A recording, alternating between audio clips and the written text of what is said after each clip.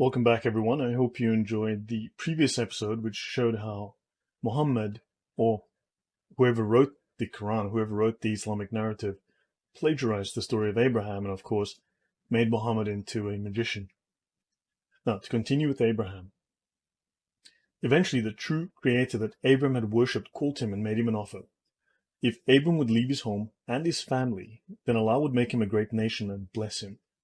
The act of hijrah, immigration in Islam, seems to derive itself from this. Now, hijrah, as I mentioned earlier, is technically a form of jihad. Abraham accepted this offer, and the Brit, the covenant between God and the Jewish people, was established.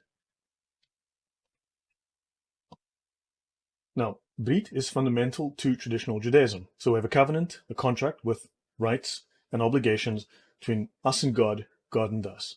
So we have certain obligations to God, He has obligations to us, and this becomes more explicit over time, the terms of this contract. So there's a development through history. The terms of this Brit, eventually, at the time of the giving of the Torah, is when the terms of this Brit became more explicit over time, until the time of the giving of the Torah. This would mean the advent of the law of Moses. Abraham was subjected to 10 tests of faith to prove his worthiness for this covenant. Leaving his home is one of these trials. Abraham, raised as a city dweller, adopted a nomadic lifestyle. He traveled through what is now the land of Israel for many years, and God promised this land to Abraham's descendants. Abraham is referred to as a Hebrew, the Ivri, possibly because he was descended from Eber, or because he came from the other side of the Euphrates River. Abraham means exalted father. Abraham means the father of a multitude.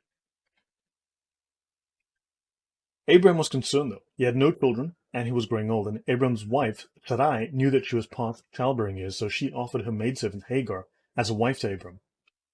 This was a common practice in the region at the time, and according to tradition, Hagar was a daughter of Pharaoh, given to Abraham during his travels in Egypt. She bore Abraham a son, Ishmael, who, according to both Muslim and Jewish tradition, is the ancestor of the Arabs. When Abraham was 100 and Sarai 90, God promised Abraham a son by Sarai. So God changed Abraham's name to Abraham, the father of many, and Sarai's to Sarah, from my princess to princess. Sarah bore Abraham a son, Isaac in Hebrew, Yitzhak, a name derived from the word laughter, expressing Abraham's joy at having a son in his old age. That's in Genesis 17 to 18. Isaac was the ancestor of the Jewish people. Abraham dies at the age of 175. Now, let's look at a few points here. Sharia, the Islamic law, makes the explicit claim that Islam is Gnostic. Gnosticism is not a form of religion. It is a form of revision. It is an alternate interpretation of reality. Islam is revisionist. And as I've just said, Islam claims within the Islamic law to be a Gnostic religion. Now, Islam alters the biblical figures and events that stem from earlier traditions. It reinterprets them falsely, as we know. And if we look at the Islamic narrative, these tales are derived from heretical and Gnostic texts. The sources of Islam predate it by hundreds of years. Archaeological discoveries validate the biblical narrative, but not so with the Islamic narrative. Abraham migrated from Mesopotamia, the lower Euphrates Valley, north to Haran. Haran, interestingly, is the name of Abraham's deceased brother. Abraham then traveled to Canaan, later renamed to Israel, and Babylon worshipped numerous gods, and in Haran there was a moon god called Shin, among many other names. This is the standard telling of the story of Abraham's travel. So he goes from down here to Haran, and then to Egypt, and then back into the land of Canaan, now Israel. Hagar and Ishmael. Let's talk about that. So Genesis 21:5, and Abraham was 100 years old when his son Isaac was born unto him. Sarah saw the son of Hagar the Egyptian, which had born unto Abraham, mocking Isaac. She said unto Abraham, Cast out this bondwoman and her son, for the son of this bondwoman shall not be heir with my son, even with Isaac. And the thing was very grievous in Abraham's sight because of his son. And God said unto Abraham, Let it not be grievous in thy sight because of the lad, and because of thy bondwoman. In all that Sarah has said unto thee, hearken unto her voice, for in Isaac thy seed shall be called. Notice, not in Ishmael, in Isaac. And also the son of the bondwoman will I make a nation, because he is thy seed. And Abram rose up early in the morning, and took bread and a bottle of water, and gave it to Hagar, put it on her shoulder and the child, and sent her away, and she departed. And she wandered in the wilderness of Beersheba. Now, here's a map of Israel. This is Google Earth. So let's have a look. Let's go to Beersheba. Let's have a look where this is. We wandered in the wilderness of Beersheba. That's right here. So let's see. If we draw a little line and we go from Jerusalem to Beersheba, the distance is roughly 68 kilometers. So she wandered in the wilderness of Beersheba around here. This is the Dead Sea. These are the Qumran caves. This is Jerusalem. This is Tel Aviv. And yeah, so this is where apparently she wandered around. Let's continue. The water was spent in the bottle, and she cast her child under one of the shrubs. And she went and sat down against him a good way off, as if it were a bowshot. For she said, Let me not see the death of the child. And she sat over against him, and lifted up her voice and wept. God heard the voice of the lad, and the angel of God called to Hagar out of heaven, and said unto her, What aileth thee, Hagar? Fear not. For God hath heard the voice of the lad where he is. Arise, lift up the lad, and hold him in thine hand, for I will make him a great nation. And God opened her eyes, and she saw a well of water. And of course in Islam, this is the ZamZam well. And she went and filled the bottle with water. So of course, according to the standard Islamic narrative, that would be all the way down here in Mecca. Let's do a quick measurement. So if this is Beersheba here, well, then she went approximately 1,200 kilometers, close enough. So she went to the water, she filled a bottle, and gave the lad drink. And God was with the lad, and he grew and dwelt in the wilderness and became an archer. And he dwelt in the wilderness of Paran, and his mother took him a wife out of the land of Egypt. So again, according to the Islamic narrative, she wandered, well, according to the biblical story, in Beersheba, because we know that Abraham lived in this region here. According to the Islamic tradition, she wandered 1,200 kilometers of primitive desert, of rocky, dangerous, parched, uninhabitable desert. A woman alone with a bottle of water and a small child. She wandered 1,200 kilometers, and then to fetch my wife, she marched all this way back up, another 1,200 kilometers into Egypt, and then she brought the wife back. So yeah, she was pretty good at walking. Now let's continue. This is Beersheba. This is the area of Beersheba, as I noted over here. So this would be that area where she wandered. Here on the bottom right, you can see this on the map. Now, Muslims insist that Hagar made a 1,200 kilometer trek. Dead Sea here, Qumran caves here, Jerusalem just up here to the north, Beersheba. So we're looking at approximately 1,200 kilometers. That's the trip that she took with a bottle of water and this young lad. So let's see. Hebron to Beersheba, right, is 43 kilometers or 27 miles. Jerusalem to Beersheba is 70 kilometers, about 43 miles.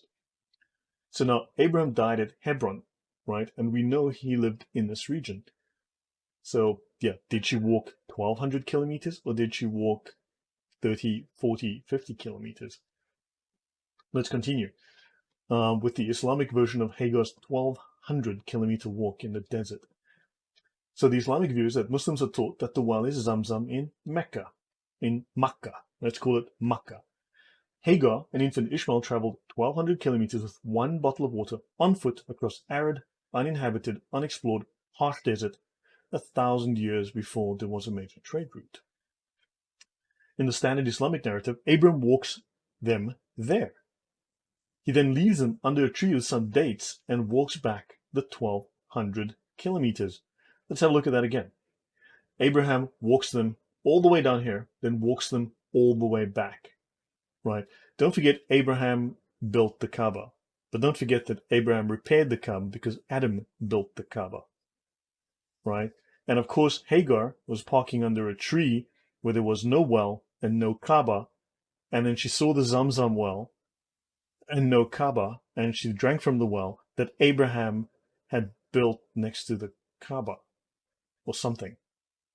Well, the Kaaba was built next to the well, which wasn't there because Mecca is the world's oldest city, and Abraham had built the Kaaba, which wasn't there, which Adam had built, which Abraham repaired because Adam built it, because Abraham built it. I don't know. I'm losing my mind.